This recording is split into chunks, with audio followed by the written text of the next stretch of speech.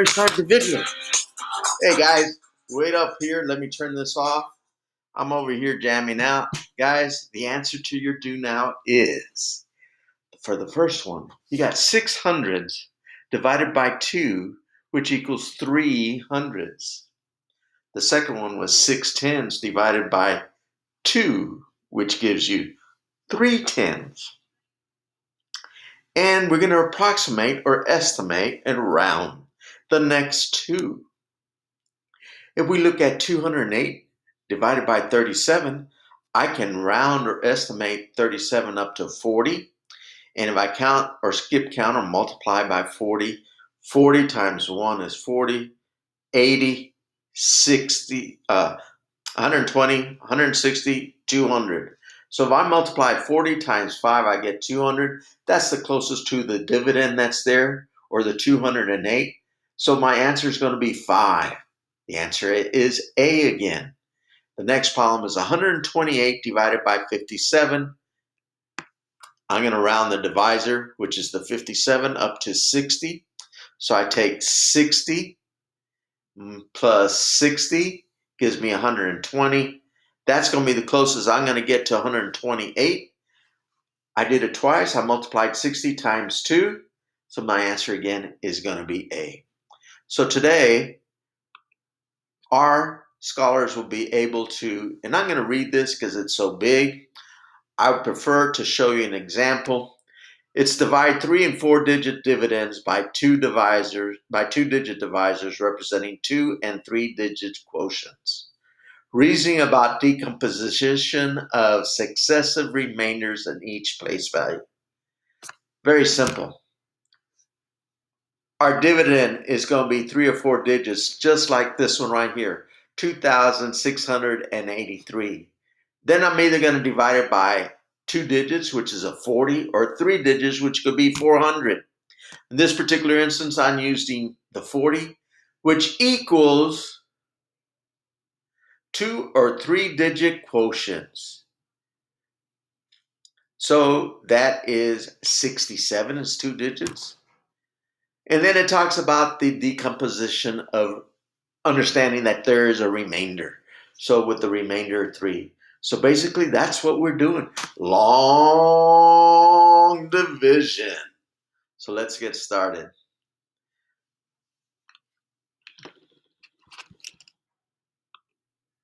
You know me, I always like to use the flex cam in something like this.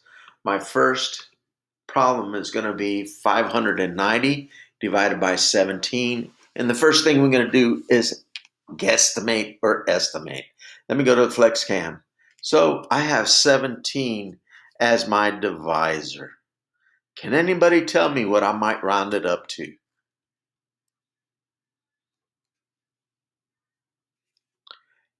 Excellent. Yes, it is 20. So let me look at multiples of 20. So 20 times 10 equals 200, times 20 equals 400, times 30 equals 600. You know what? 600 is close to 500. So it equals 3. So I'm going to take 600 divided by 3. Let's see how close that is to what we just did. 590 divided by 17. What's 17 times 3? We have 1, carry 2, that's 3, 4, 5. And make sure that this is in the tens place, because this is actually 30. We're going to put that up here in the tens digit value. It's 510. Subtract that. That gives me 80. Now I have to guesstimate again. 80 ones divided by 20 gives me 4. So now I have 4 ones I put up here. 80.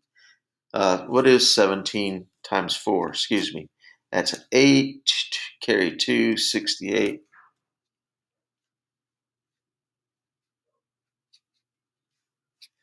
A remainder of 12.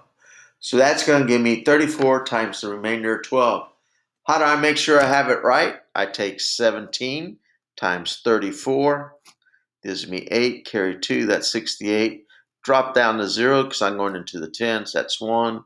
Carry 2, 5, 578. Then I add 12 because that's my remainder, 1195. That's 590. That gives me 590 right here. Excellent. Let's check it out. Let's get back to our slides. Let's see how well I did.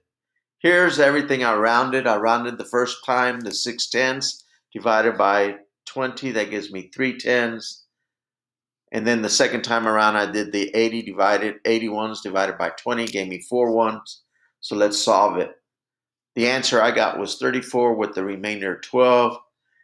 Here's my 3 tens. Bring down the 0, give me 80 ones divided by 17, gives me 468. I have 12 as a remainder, and I checked it out, and I came out with the right answer.